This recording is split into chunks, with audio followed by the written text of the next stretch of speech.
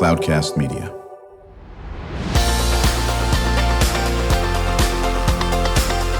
Drew Schlosberg Spotlight on the Community Show, amplifying the voices of social impact organizations, entrepreneurs, local nonprofits, and other community champions who shape the culture, creativity, and connectivity of San Diego. Brought to you by Mission Fed Credit Union, bringing good things to San Diego for over 60 years. Learn more about what is good for you and good for all by visiting www.missionfed.com. I'm Drew Schlosberg of Cloudcast Media, and we are joined by our friends from Exploros. We got Brad Heilman, he's the co-founder and CEO, joined by his colleagues, Greg Currie, CEO and founder of Technology and Education, and the EVP for TIE, Moises Godoy. Did I pronounce your name correctly? You did. That is correct. Thanks for not destroying it. I hope I didn't destroy it. That sounds good. So, Brad, let's start with you. What's Exploros about?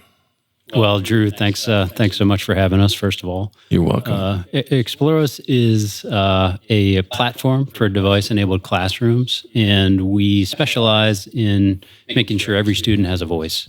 So today, students use social media skills a lot to communicate outside of school and to be content contributors, and we channel that energy within the classroom to provide every student a chance to be an active participant and teachers to get a better sense of what students do and don't understand, and to be able to guide the dialogue accordingly.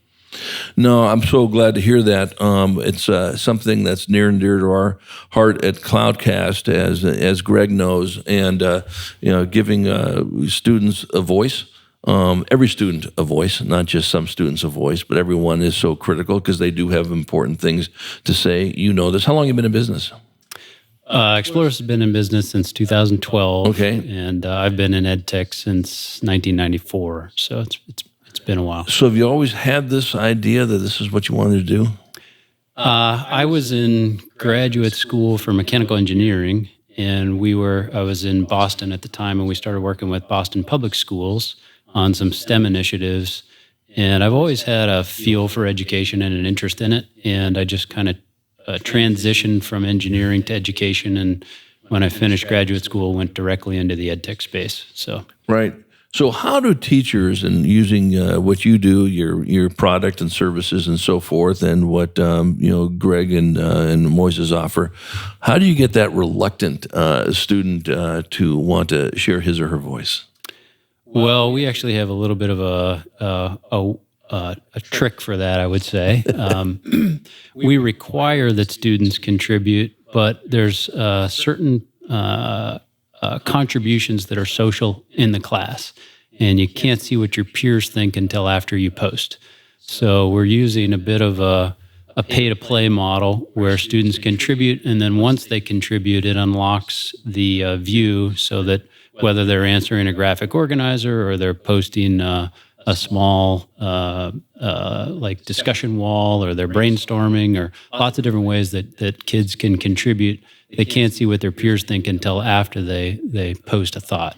And so sometimes they're posting socially and sometimes posting directly to the teacher, but we use that mechanism, and it seems to work really well. You know, it's just, I'm smiling, which none of our listeners can see because we're on the internet. But one of these days we'll be doing more vodcasts and so forth on this. The reason why I'm smiling is I was one of those students, hard to believe. I know Greg Currie is going, no chance you were one of those students. I didn't say a word in the classroom. I literally didn't. And I sort of found my voice when my dad said, you should take a speech class. I said, well, no one wants to hear what I have to say. He goes, yeah, well, you'd be surprised. And I've told that changed everything. And I didn't have it till after I was out of high school. And if someone said to me, of course, no one knew what a podcast was when I was going to school because there was barely running water, for God's sake. But, what? Drew he likes to talk on the, so I love it. And, and part of it was how education was taught back then, which is so different now, and I'm so thrilled to do that. And we've known this. I'm going to be on a soapbox a little bit, Brad, if it's okay with you, and sure, you, sure. Greg, you and Moises, chime in as well. we've known since people were walking upright that if you're motivated to do something, you're just going to excel at it, no matter what it is. You may not excel at something else, and so I wanted to be a sports writer, and I became a sports writer. Of course, they weren't talking sports writers in school when I was there. And now with the focus on, and I know Greg's very much attuned to it, one of the things we work on for a Classroom of the Future is, career pathways. If you're interested in something, we want to find how you're interested in it, and then you'll talk a lot. And I'm sure, Brad, talk about how you weave that into your shows or to your programs or to your services, that getting kids to think about what they want to do in the future. Well, I think it's implied in all subjects. One of the things that comes up a lot in a lesson is asking kids in various forms, but what do you know about this topic, or what do you want to know? And in many cases, personal interests will come forth. Or there will be just questions that allow students to convey something that they want to do. And what's interesting is, to your point about types of communicators, there will be, in a typical classroom, it's sort of in the traditional classroom, I would say, it's self-selective towards the students that feel comfortable or want to talk. And the democratization of using a device to be able to share a concept quickly is fascinating. And you see kids that would traditionally be pretty quiet just come up with great ideas and really influence the conversation. And I think one of the coolest things is that you get a much richer overall classroom dialogue. I think one of the things that we try to emphasize is that it's not heads down and device kind of instruction. That I think is fairly demoralizing. It is use the device as a mechanism to share ideas, and then as a teacher, you're able to get a sense from everybody very quickly, and then the artful teachers really are able to call on students and weave what students put together into just a great lesson.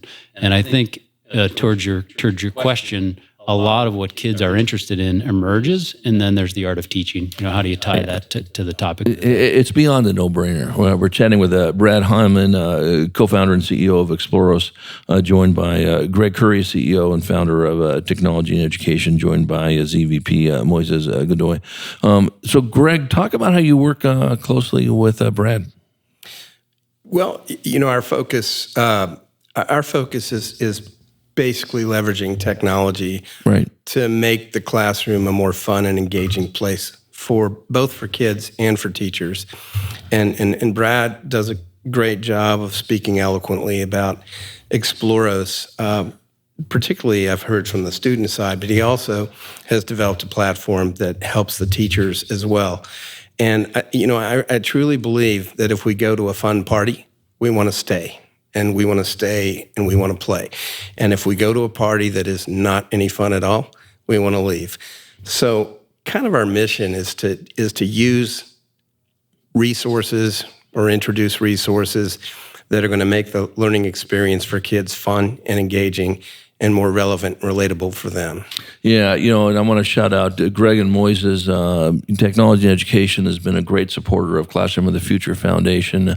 Full disclosure, I'm on the leadership team there, and you guys make a difference. By bringing your unbelievable product out there and really supporting great teaching and learning, focusing on the space of career pathways. And I want to really thank you so much for doing that. You're always with us, shoulder to shoulder, and it makes a difference. And Moises is always there, just willing to help out everything. And after he's got your stuff set up, he's setting up other tables, for God's sake. And Moises, I want to thank you for that as also. So Moises, from your perspective, what do you enjoy the most working with Greg and technology and education? Bringing in technology and software platforms that really engage students. Now, when I say really engage, we can talk about engagement all day in collaborative models. But until we actually give the teacher the tools to provide the collaborative environment, that doesn't take place. One of the things that I like about Exploros is you can take a brand new teacher who's never had any training in the subject, right? And because of the framework, that teacher can unpack a lesson. And it doesn't even have to be just the social studies, but it could be really any content.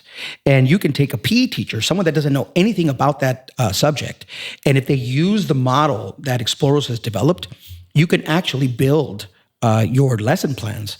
And you can take I've proven this with a brand new teacher. You can take a brand new teacher and train them within an hour's time to provide a lesson that is engaging, that allows student voice, and really brings in the entire class, right? So the kids can all participate.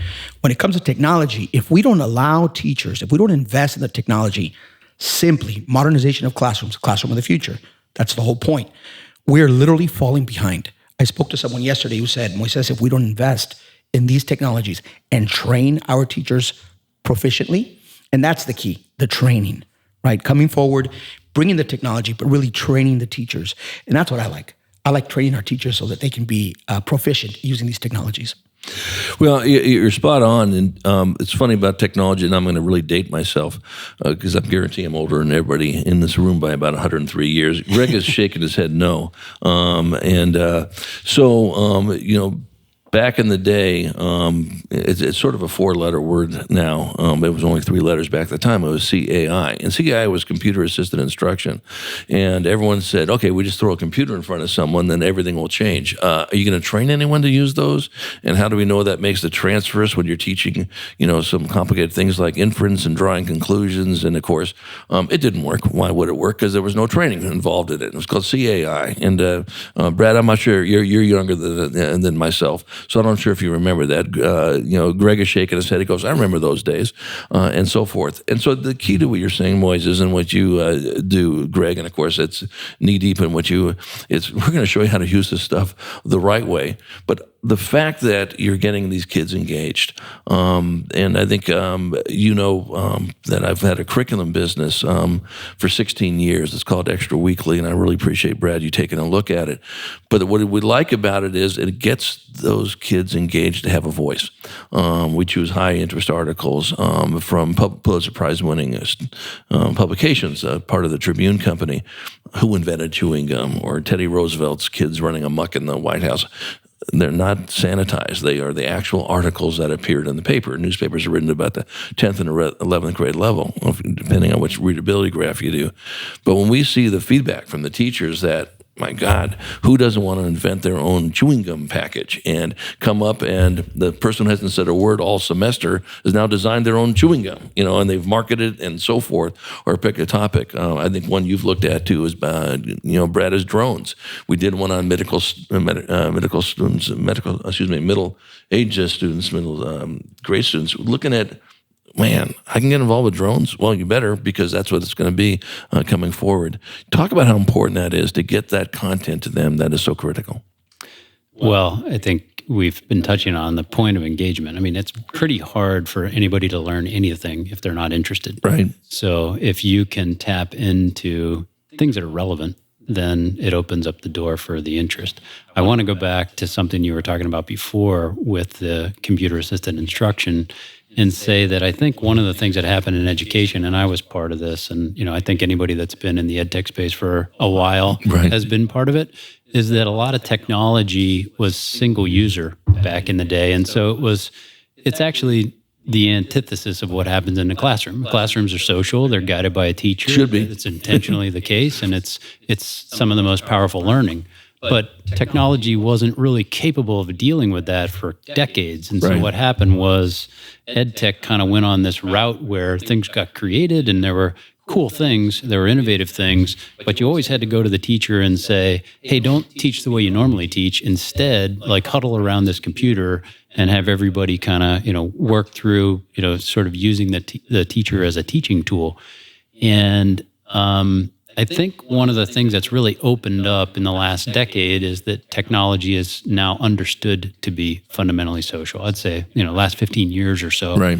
And that has created an opportunity where instead of basically taking technology and saying, hey, teachers, why don't you learn how to use it? We can take technology and say, hey, engineers, why don't you create technology that works the way teachers work?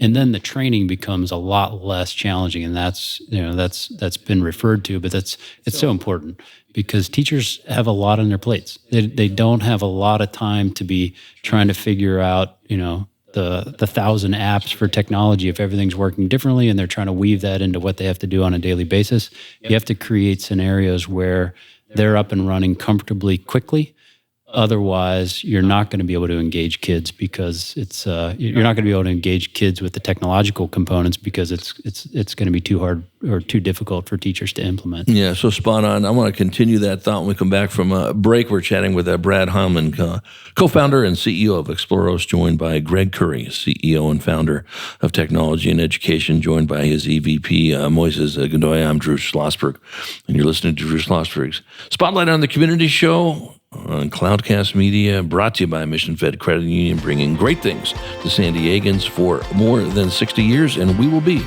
right back. When you do your banking with Mission Fed, you get great rates on auto and home loans. That's good for you, but something good also happens for a lot of other people. We're not for profit, so we put money back into the community to help lots of great nonprofits to keep San Diego strong. So you're not just getting something good, you're doing something good. Come to Mission Fed. It's banking that's good for all. Brand amplification is the DNA of Cloudcast Media, and our code is the powerful blending of sound, voice, and storytelling to lift local brands and their communities. Whether it is our Brandcast, Schoolcast, or Causecast platforms, the unifying ethos is all about this community, the one you call home. If you dare to dream and want to explore the brand amplification of Cloudcast, a national leader in local podcasting and other Winfluence strategies, please visit us at cloudcast.us.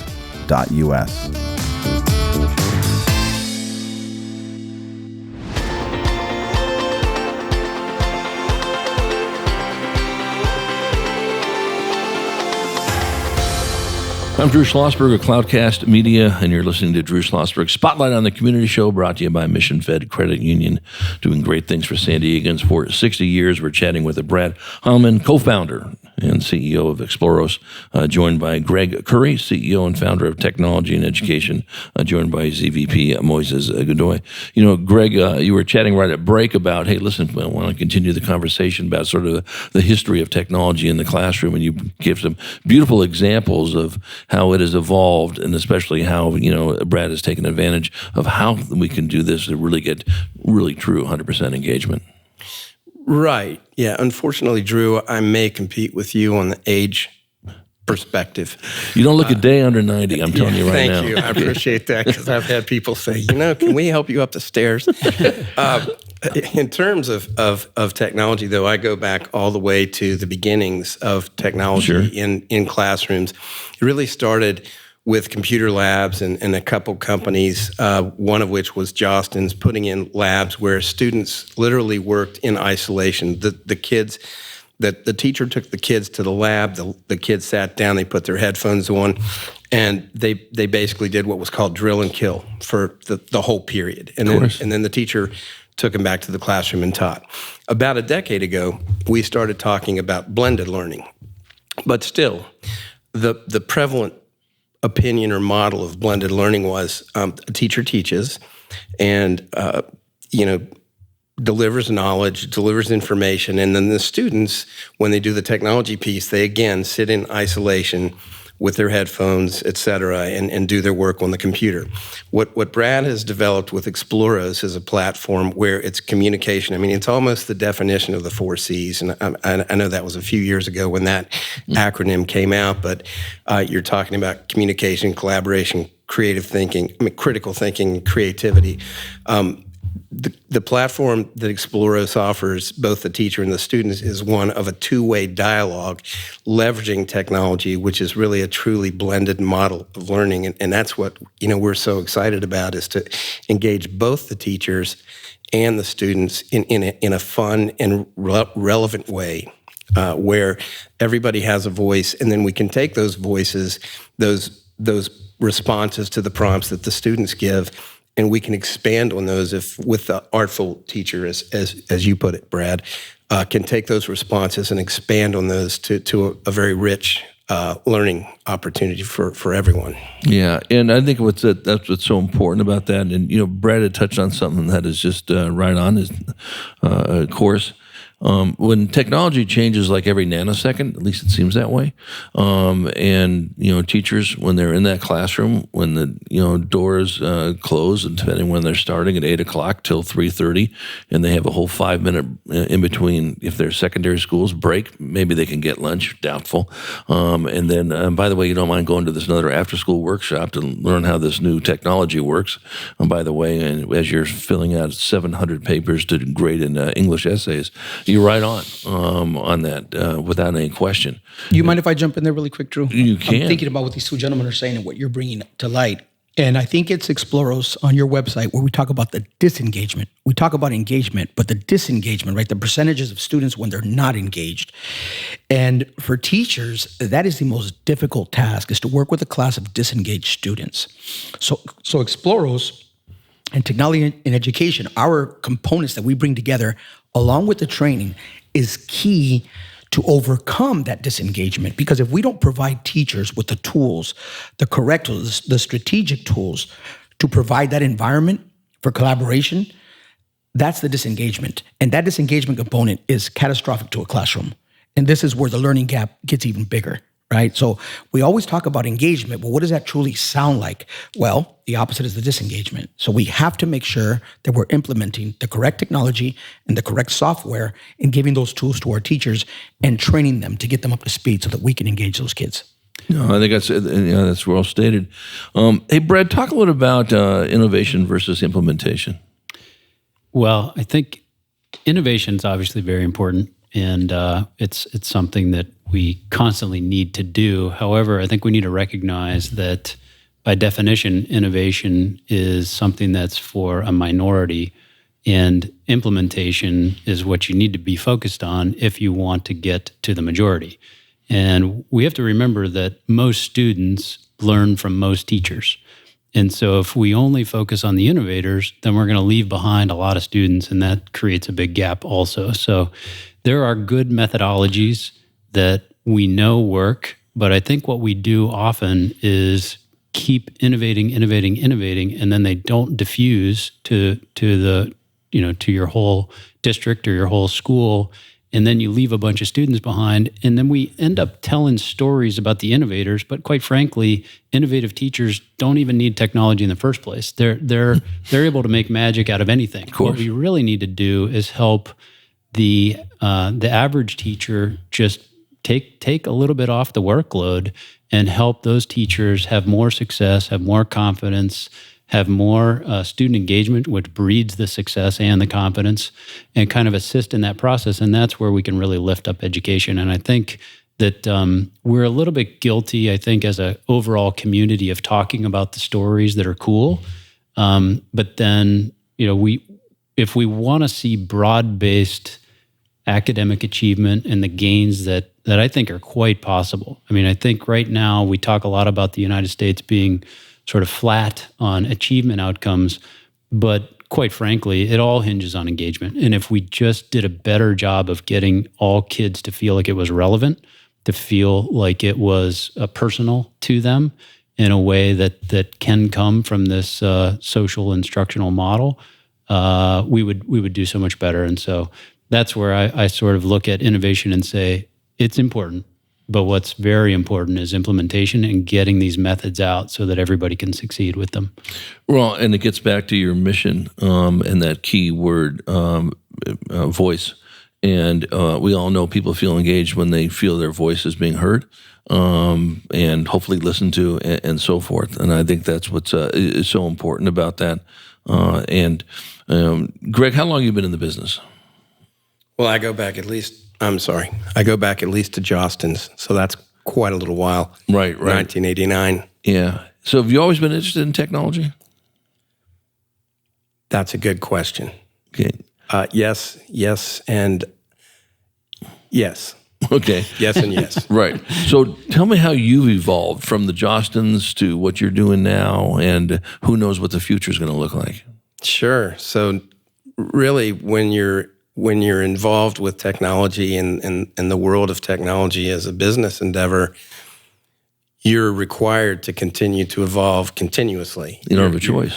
You are continually reinventing yourself. And if you're not, well, you're making probably a very tragic mistake if you want to continue in the world of technology. So I call it, always having your periscope up and rotating 360 degrees at all times and looking for resources and tools that are going to be wonderful for kids and teachers in the classroom, and that's exactly what we always try to do. Right. Do you ever engage with the parents? Do you ever talk to the parents? Do you ever do surveys? What would you like to see in the classroom? Yes, but to be completely candid, not as much as we focus on the teacher and the students. Okay. I think that parents want to see teachers. I mean, I think if you ask the parents what they want their child to be taught by a caring teacher that oversees their development. There's probably a little bit less concern about what technology is used because we're human, right? We want our children to be in good hands. But I think that's the overwhelming emphasis in the United States is teachers. And so we don't want technology that tries to replace a teacher. No. We want technology that augments what teachers are doing. And I think that's the key. Yeah, we're chatting with Brad Heilman, co-founder and CEO of Exploros, joined by Greg Currie, CEO and founder of Technology and Education, and Moises Godoy, EVP for TIE. I'm Drew Schlosberg of Cloudcast Media. Again, I'm just so thrilled to have met you. Brad, it's always good to be in the presence of Greg and Moises. As I mentioned earlier, they do great things for organizations like Classroom of the Future and the County Office of Education, and most importantly, that classroom teacher. When you close that door for 182 days, how do we navigate through this? But couldn't agree with you more on elevating that student, which of course elevates the classroom. Without question on this. What type of metrics do you use to say, am I on the right track? Is Exploros successful? Why is it successful? Yeah, certainly, obviously, you can look at your P&L. That will give you a little bit of an idea. But if the teachers and the students aren't engaged and enjoying it, then ball game over. What type of metrics do you use? Let me start with a case study that we did in 2019 before the pandemic, and it was in 8th grade U.S. history, and it was in the state of Texas. But we measured campuses representing 19,000 kids, and the average, 94% of the campuses improved on their state testing, and the average gain was 29%. That was against a statewide backdrop of a 3% gain, which is typical, right? You typically in state testing, you'll see 3% up, 2% down, and so on and so forth. 29% is kind of unheard of. What was even more interesting for us is that the gains were predominantly in mastery, and we saw significant gains across all student demographics. So at risk, economically disadvantaged, English as a second language, students that were above average across the board. And it was really powerful to see. We actually had one campus get accused of cheating because their 84% English as a second language students were beating the magnet school. But the teachers... Sounds like Jaime Escalante problems. They had the district actually proctored all their exams because they couldn't figure out why these kids were doing so well. But they were doing so well because of all the things we're talking about. They're active contributors to the classroom. So that's one piece. I think for us, a lot of what we look at is how much, as a simple sort of metric, we watch student responses. So we'll have a district that'll be kids will post 1 million times on standards mapped responses. And our one of our pieces that I think is valuable is that when kids are posting, we've actually got that mapped to the standards that they're trying to learn. And so we can measure out how much time students are spending on what they're trying to accomplish and how they're doing, and provide that visibility back to teachers. And that's a big piece that I think is something that education really needs, is quicker feedback loops. Because we see quick feedback loops. I took an Uber over here. It's like you can't get off the path without knowing it. But in education, kids might be off the path, and then you do a benchmark and you find out that, hey, half my class isn't keeping up, but it's already too late. You can't go back and reteach that. And so those kinds of feedback loops can be increased on the backside of this engagement. It's a fascinating situation where if kids are contributing, that also forms a much better visibility for the teacher to personalize the class towards what kids do and don't understand in times that are quick enough to make it relevant. Right. And again, I'm going to keep on going back to this, is that those, and the word you use, those artful teachers, and there are a lot of them out there, are going to be able to do that and navigate pretty quickly and, know when this kid is interested in X, that's what we're going to, focus on. And you can do that. And, they'll raise. I'm a former curriculum developer at San Diego Unified, as Greg knows, and you might know a little bit of that background, Brad. And of course, my friends run for the hills when I open my mouth and say this. I'm not a big test guy. I think tests are important in some aspect of it, but they are a measure, not the measure. I remember, I completely agree. Yeah. However, it's a objective data point that's outside of our concept. That's why it's Sure. a singular. But I remember there was a good piece written in the paper a long time ago. I happen to agree 100%. Was for our former board president. Her name was Kay Davis. She joined the San Diego Chamber of Commerce's Economic Business Roundtable for Education. And she was just sort of talking about stuff like this as a whole. I mean, generalization, talking about, test scores and does the public really understand? He said, listen, you have this teacher at a Scripps Ranch, high school. These kids come from backgrounds that are pretty fruitful, and they travel, and they get a lot of experiences, and these kids are probably reading 2 or 3 grade levels above, their grade, and which is great, And then you look at a kid, and maybe in the inner city that, it's a 9th grade class. The kid came in reading at 4th grade level and leaves it reading at 7th grade. That's a 3 grade jump.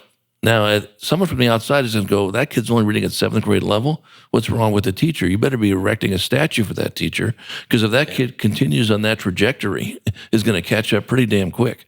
And my point is, on stuff that you do, is getting those kids engaged and into the lesson, whatever the case may be, which benefits the whole class, is just absolutely spot on. Sometimes it takes us a while. We know this stuff is from many years ago, but now just implementing it.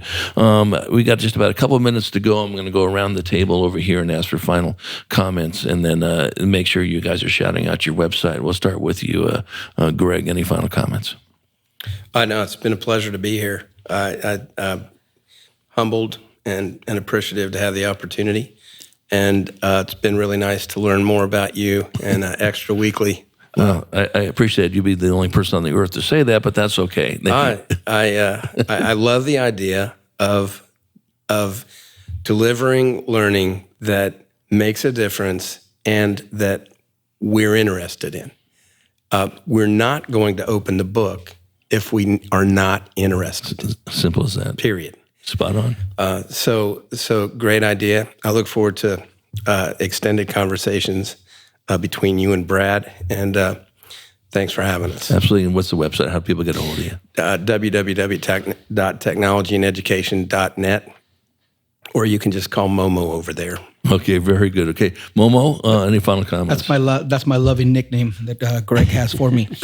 We'd like to invite our district partners to visit our website and, really understand that when we implement these technologies and this type of software, that the component that is missing in many of these transactions is the training portion.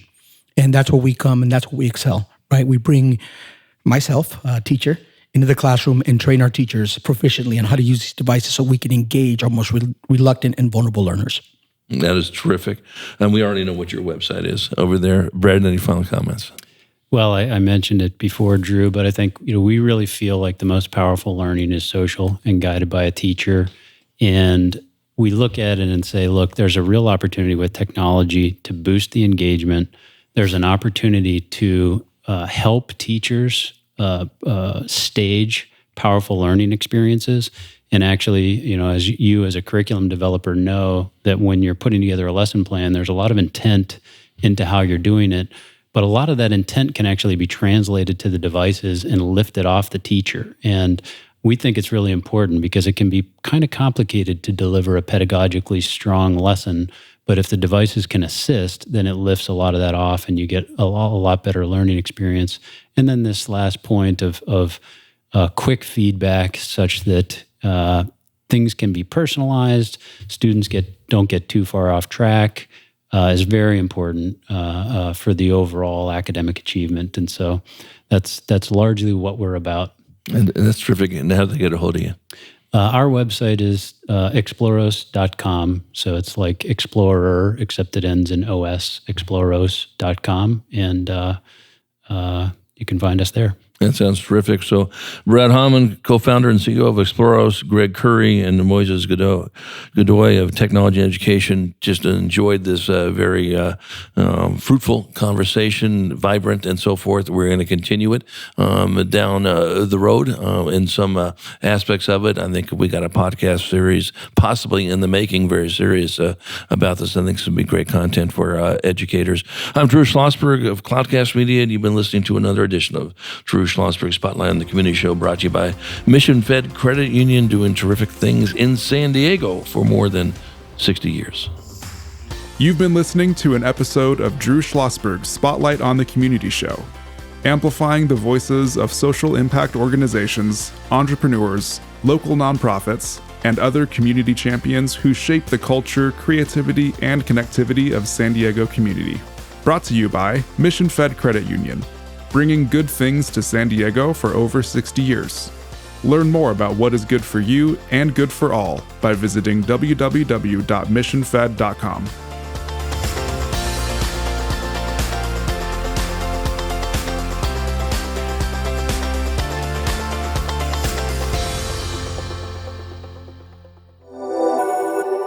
Cloudcast Media.